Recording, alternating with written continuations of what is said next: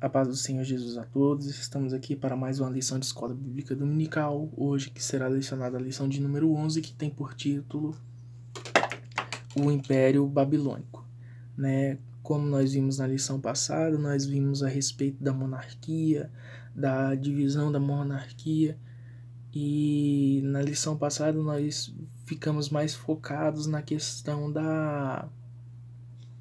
do Reino do Norte, representado por Israel, 10 tribos, e hoje vai ser mais focado na parte do sul, representado ali mais pela tribo de Judá, a mais conhecida dentre todas. Então, nós vamos estudar um pouco hoje sobre o cativeiro babilônico, o que ele influenciou no meio do povo de Israel, como que se deu essa invasão, a cultura deles da época e o que isso proporcionou para o povo de Israel no meio da sua trajetória. Amém? Então, na introdução da lição vai dizer o seguinte, que o povo pediu um rei ao Senhor Deus e o Senhor Deus permitiu que os filhos de Israel tivessem uma liderança como as demais nações.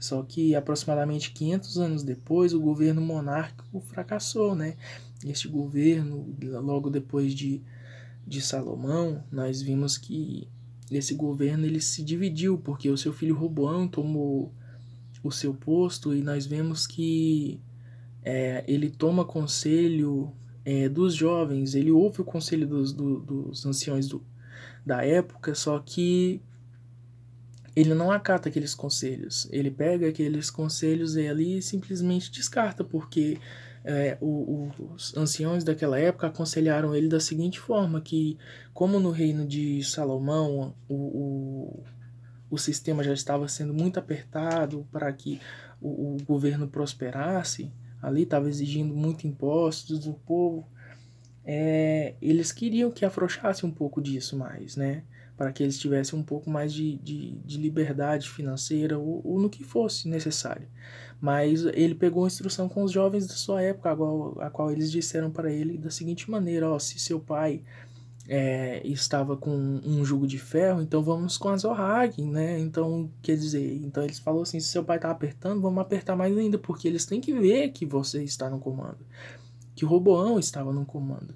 Só que quando Roboão joga essa ideia que ele acatou dos jovens para o povo de Israel, aí se tem a divisão do reino, sendo que Jeroboão abre esse leque, esse reino do norte, que sendo representado por Israel e 10 tribos, por meio de uma profecia do profeta Aias da época, que pegou o tecido, dividiu em 10 partes e entregou em sua mão, e sendo que as outras 2 partes entregou na mão de Roboão, filho de Salomão. Então nós vamos entrar aqui a respeito sobre a invasão babilônica, que após diversos avisos divinos a respeito dos pecados e desobediência, Deus viu que não estava tendo arrependimento por causa da dureza do coração do povo. E o reino de Judá foi invadido pela Babilônia, que levou os judeus cativos, e o cativeiro durou o quê? 70 anos. Nós vemos isso em Jeremias capítulo 25, no verso 11 e 12, nós vemos isso aí. Então, nós vamos estudar nesse tópico 1 a respeito da primeira invasão babilônica, a segunda invasão e a terceira invasão. Na primeira invasão, de uma forma resumida, que esse evento aconteceu quando o rei Nabucodonosor lutou contra Jeoaquim, Isso está registrado em 2 Reis, capítulo 24, do verso 1 ao 4. Nós vemos isso aí, que nessa ocasião foram levados os nobres de Judá, entre eles Daniel, Ananias, Misael e Azarias, além dos vasos sagrados retirados do templo de Jerusalém. Então nós vemos que nessa época, quando eles participaram já dessa primeira leva, o nome de Deus ele começou a ser blasfemado entre as nações.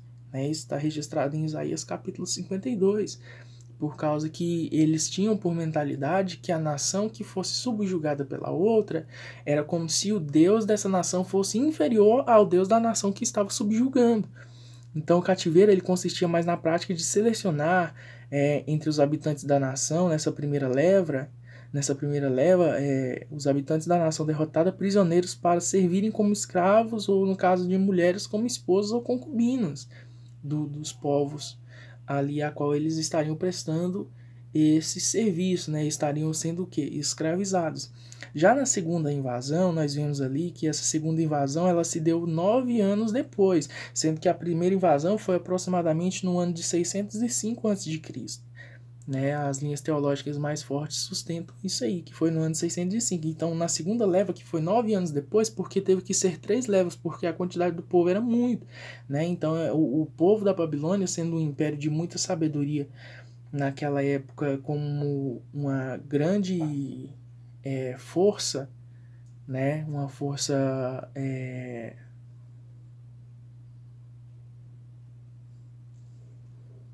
uma força de império, uma força guerreira, uma força guerreira diante do povo. Então eles tinham essa sabedoria, eles pegaram o que? Fizeram essas 3 levas para que, se acaso acontecesse algum tipo de rebelião, eles conseguissem controlar isso aí com o seu arsenal que já era imenso. Então, nessa segunda invasão que acontece 9 anos depois, foram levados os cativos, como a exemplo do rei Joaquim, sua mãe, seus servos, seus príncipes e seus eunucos, né? Isso está registrado em 2 Reis 24. Esse rei Joaquim, ele é muito interessante quando a gente estuda um pouco sobre ele, por causa que ele estava no terceiro mês somente do que ele tinha assumido o reino, né? E quando ele assume o reino nessa situação e 3 meses depois tem essa leva para a Babilônia, poxa, talvez isso pode ter frustrado ele. Só que ao chegar, é interessante isso, quando a gente vai consultar os relatos históricos a respeito desse rei, é que ele recebeu uma profecia de um falso profeta, a qual falou que ele conseguiria restaurar o seu reino. E quando ele chega ali na Babilônia, a questão da sua forma de ser subjugado pela nação que o levou cativo ali era algo mais político, né? Ele tinha uma certa liberdade, tanto que o povo da Babilônia o próprio considerava como rei, só que ele, pela acreditar nessa falsa profecia que foi proferida sobre a vida dele, ele tenta fugir ali para tentar o que? Restabelecer o seu reino. Tentativa essa que foi o que? Frustrada. Aí sim ele foi subjugado de uma forma mais severa. A segunda invasão foi motivada porque o rei Joaquim ele estava retendo tributo e não repassando para Nabucodonosor, junto com os membros da família real, né, que foi a dele no caso. Mais de 10 mil habitantes de Jerusalém foram levados cativos para a Babilônia. Então, uma grande quantidade de pessoas também foi levada nessa segunda leva para a Babilônia. Já na terceira invasão, que foi no verão de 586, mais precisamente no dia 19 de julho, a qual a lição ela não aborda isso aí, mas quando a gente vai pesquisar dados históricos mais aprofundados, a gente consegue chegar a essa data. O exército babilônico fez uma brecha nas muralhas, né? Nessa época, o rei Ezequias e suas tropas tentaram fugir, né? Todos os habitantes de Jerusalém eles foram levados cativos para a Babilônia, exceto os mais pobres que ficaram para servir como fazendeiros, né? Então, nessa época do rei Zedequias foi deportado, seus filhos foram mortos e os seus olhos foram o quê? Foram furados. Então, nós vemos que o pessoal da Babilônia, que foi nessa terceira leva, que foi a última, que destruiu tudo que tinha ficado para trás, né? Isso nos trouxe um grande ensinamento, que a história da monarquia nos ensina que todo o rei humano falha, somente o filho do homem terá um reino eterno no qual haverá paz e justiça. Então, esse reino do sul, né, durou um pouco mais de 100 anos a mais do que o Reino do Norte, por causa que, diferente do Reino do Norte, aqui no Reino do Sul teve muitas pessoas que... teve alguns reis, na verdade, que foram mais obedientes a Deus, né, que serviram a Deus. A exemplo, na lição passada que nós vimos do rei Ezequias, né, que fez uma grande reforma em sua época. É muito importante quando a gente estuda a respeito do cativeiro babilônico, se a gente tiver quer ter uma base mais aprofundada, a gente lê o Salmo de número 137, que vai ter coisas muito importantes a nos ensinar, por causa que fala que o povo ele se reunia na beira dos rios da Babilônia e ali eles lamentavam, né, por eles ter sido levados cativo. ali e estarem passando por aquela situação, por aquela circunstância ali. Já entrando aqui no tópico 2, que tem por tema a vida no cativeiro babilônico, nós vamos falar aqui a respeito de conhecendo um pouco a Babilônia, a vida social do povo na Babilônia e os exilados e a sua vida religiosa. Né? Então, na introdução do tópico 2 vai dizer o seguinte, que num primeiro momento a dificuldade enfrentada pelos cativos foi a adaptação a um novo ambiente. As condições de vida variavam conforme a condição social deles, né?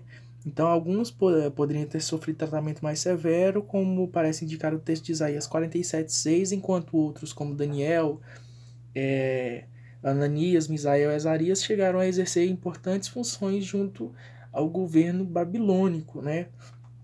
Entrando ali no tópico 2.1, nós vemos que na época do cativeiro babilônico, eles ocupavam um grande espaço, ocupava uma expansão de terra que eram aproximadamente 13 quilômetros, né, quadrados, que eles chegavam a atravessar o rio Eufrates, né, e os muros daquela cidade chegavam a medir 25 metros de altura. Então era uma verdadeira fortaleza aquela cidade. Ela possuía 8 portões, na qual cada portão indicava o quê? Uma divindade, um deus, sendo que aquele povo dali, da Babilônia, era um povo que politeísta, né? Servia a vários deuses, né? E todas aquelas imagens, homenagens, eram homenagens a deuses regionais. Os templos, os palácios, praças e ruas se destacavam por uma arquitetura excelente fora do padrão da época. A Babilônia ela ficou muito conhecida por causa dos seus chamados jardins suspensos, né, que se deixou ela como uma das 7 maravilhas do mundo. E Nabucodonosor, na época, ele se orgulhava muito disso. Né? Nós vemos isso em Daniel capítulo 4, a qual ele tenta tomar a glória de Deus para si, né? Ele falou assim que aquele reino tinha se tornado tão grande, né? De forma tão grande, e ele fala assim, tudo isso que é para minha glória, só que ele estava tentando ali tomar a glória de Deus, porque se tem uma coisa que a gente não pode reter para nós, é essa glória. Entrando aqui agora no tópico 2.1 sobre a vida social do povo na Babilônia, no período da segunda invasão foram levados ali os nobres, os comerciantes, políticos, artesãos, um grupo que poderia ter algum preparo a ser aproveitado ali na Babilônia. E eles foram ganhando espaço ali de tempos em tempos e deixando a sua vida o que mais rural para poder praticar o comércio ali na Babilônia, né? E embora tivesse com orgulho ferido, saudade da pátria, que é algo muito presente na vida deles, a gente vê muito isso registrado no Salmo 137. Eles tinham a plena convicção que a causa deles estarem ali era simplesmente a desobediência deles a Deus. No período que eles começaram a aceitar aquela situação deles ali, vendo que eles estavam ali pelo que eles tinham feito, né? Não tinham guardado a lei do Senhor, não tinham guardado o sábado, não tinham guardado os anos sabáticos, né? E eles foram vendo isso e eles foram começaram a adaptar as circunstâncias que eles estavam vivendo. Eles começaram a aceitar o idioma aramaico, que era o idioma da Babilônia, como dialeto popular.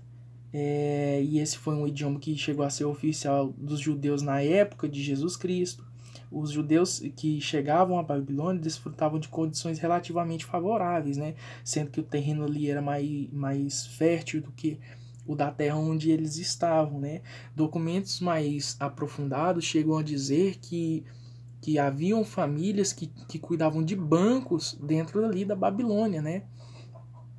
Quanto aos exilados e a sua vida religiosa, nós vemos ali que quando eles passaram por este processo, ali, alguns deles quando saíram dali, eles nunca mais exerceram a sua vida de forma politeísta. Eles começaram a guardar a lei do Senhor.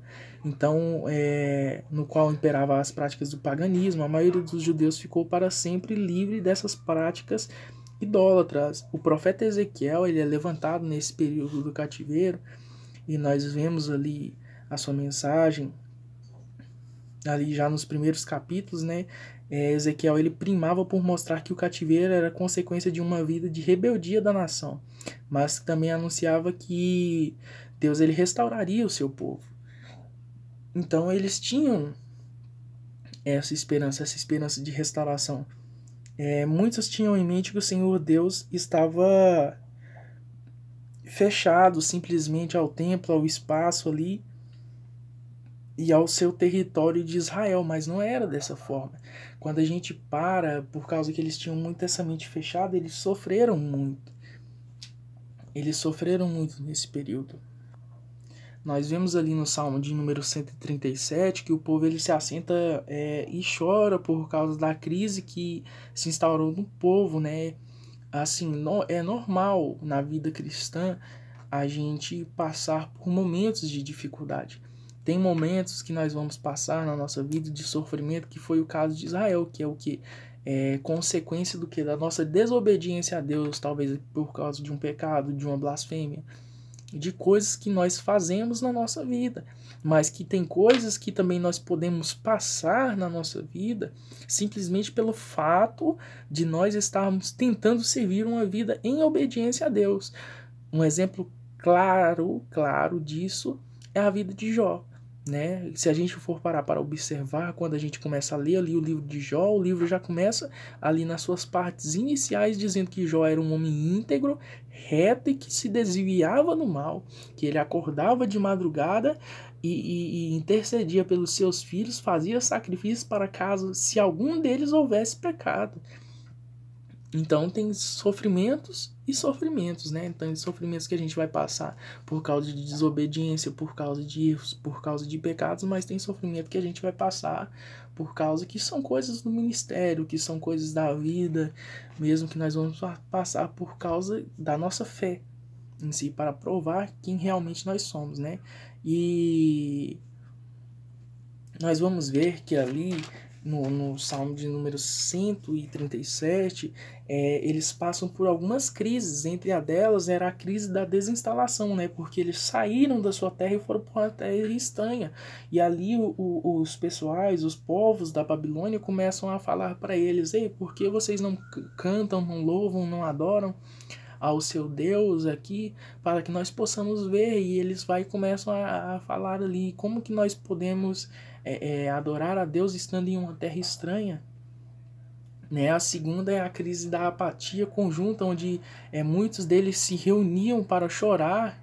Era um desânimo crônico que instalou no meio deles ali, se colocou no meio deles ali, e muitos deles desistiram de lutar. A outra crise que nós vemos ali é uma crise de melancolia, onde todos choravam, pois não enxergavam que uma saída. Então, assim, a falta de perspectiva, a falta de visão em determinadas situações leva muitas pessoas ao desespero. Outra crise que eles passaram ali também era a chamada crise de nostalgia, onde eles ficaram simplesmente lembrando do passado. Tudo isso a gente consegue enxergar ali dentro do Salmo de número 137. Então, enquanto eles não começaram a enxergar que eles estavam ali, eles sofreram muito, eles só começaram, alguns deles, como a lição mesmo está informando, sofreram mais e outros sofreram menos. Isso variava de acordo com a classe social de cada um deles. Então isso é muito importante fixar no tópico de número 2, né? Então eles tinham muito em mente isso aí, que Deus ele simplesmente estava limitado a espaço, a templo, né? Então se nós pararmos para fazer uma análise na nossa vida, a gente começa a se indagar dentro de nós mesmos, falando assim: será que a minha vida espiritual ela está limitada a templo? Será que se eu estiver em um ambiente adverso eu não vou ser da mesma maneira? Então são coisas e perguntas que nós temos que fazer dentro de nós mesmos para responder o quê? Para ver onde nós estamos firmados, né? Onde nós estamos firmados. Então fica aí essa indagação.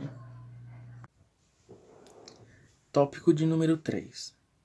A importância do cativeiro para Israel.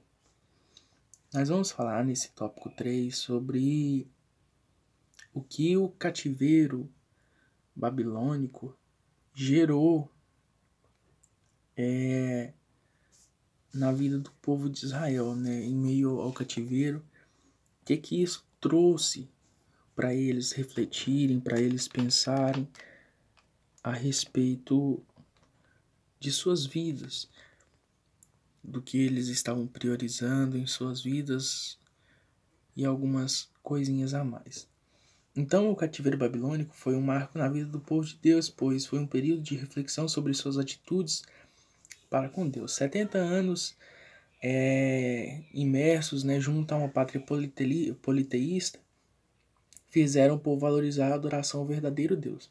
No tópico 3.1, nós vamos ver ali acerca do reverdecimento da profecia messiânica. O que seria isso? Eles começaram a observar dentro do cativeiro uma forma, tentaram caçar em meio à palavra de Deus, em meio às profecias dos profetas, saídas para eles, né? Eles começaram a fazer o que? A reobservância da lei, né? E assim eles começaram a observar cada detalhe.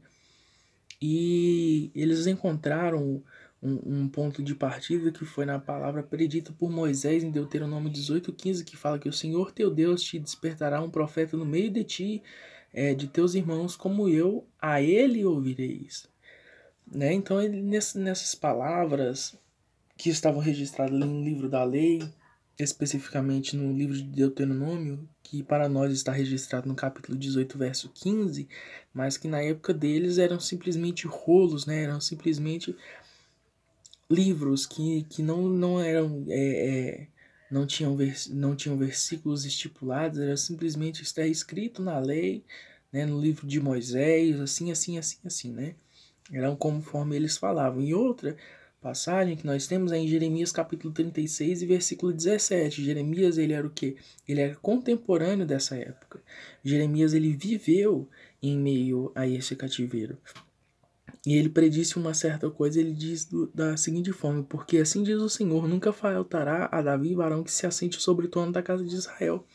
Então, infelizmente, com essas profecias que eles procuravam, em meio aos livros da lei, em meio à profecia dos profetas, eles criaram um protótipo de rei terreno, sem eles parar para observar que apontava para um rei eterno e em um reino espiritual.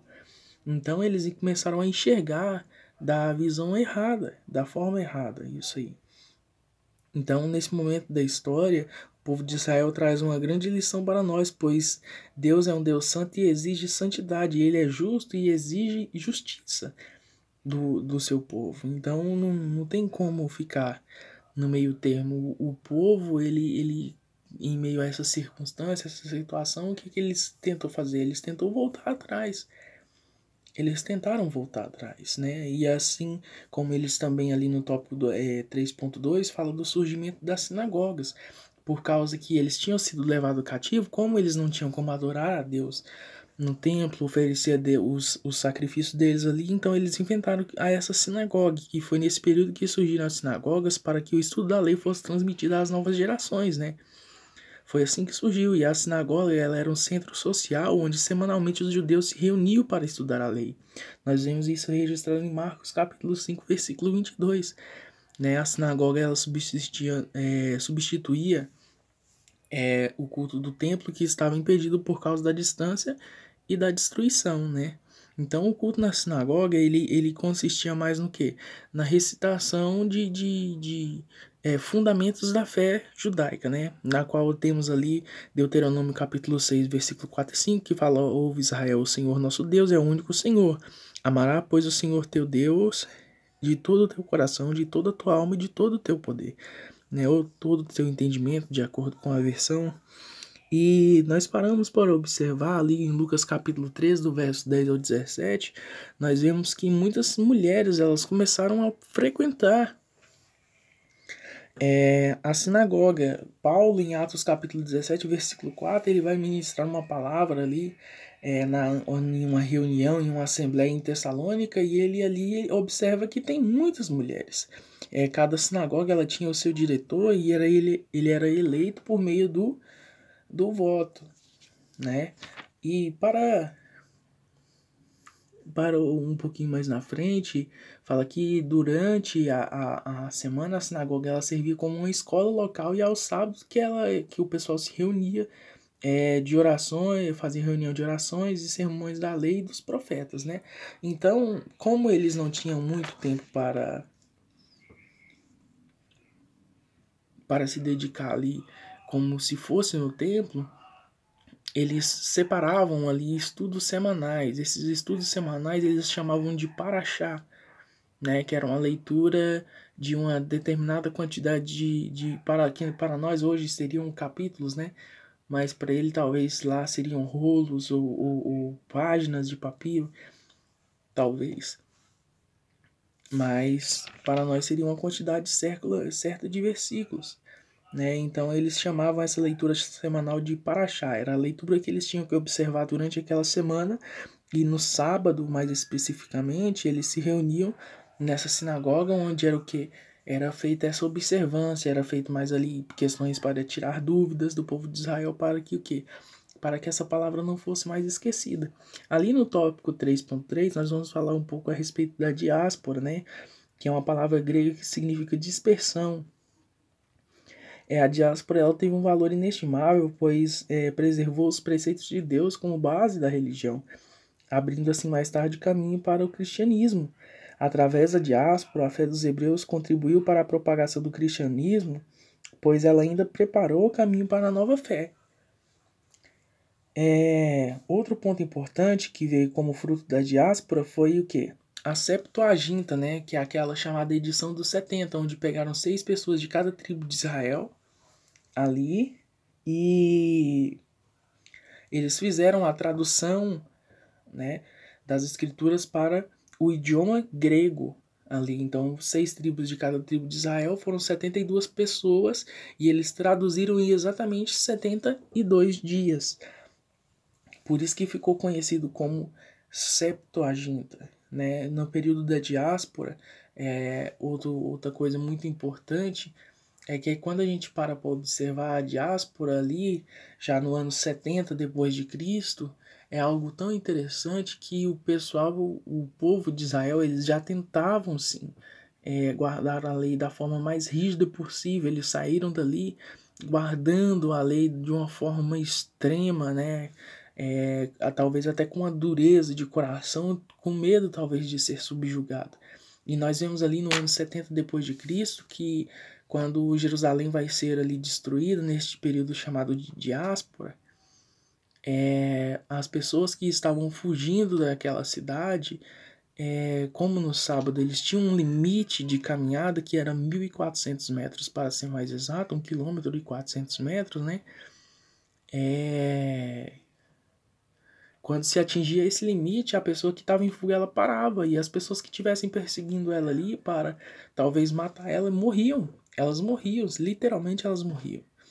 Se você perguntar para um judeu até o ano de 1900, 1900 e pouco, você perguntasse para um judeu assim, qual foi o período em que o povo de Israel mais sofreu, com certeza todos eles te diriam que foi nesse período chamado de cativeiro babilônico, né? Que eles sofreram muito na mão desse povo da Babilônia. Mas quando passou ali pela Segunda Guerra Mundial, por volta do ano de 1930, quando teve aquele chamado de Holocausto, né, a gente viu ali por meio dos fatos históricos registrados em diversos livros de histórias seculares mesmo, que Adolf Hitler ele matou milhões de judeus. Ele matou milhões de judeus ali naquele evento.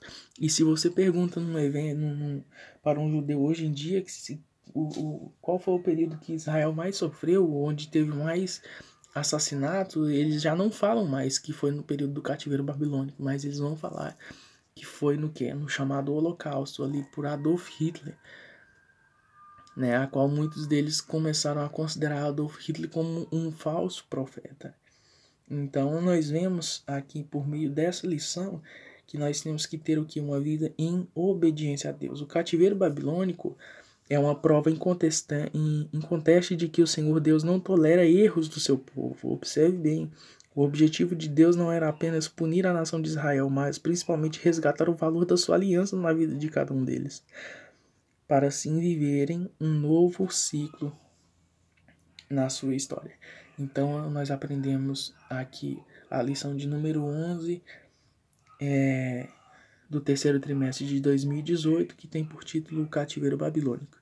Que Deus em Cristo abençoe a cada um de vocês e até a próxima oportunidade.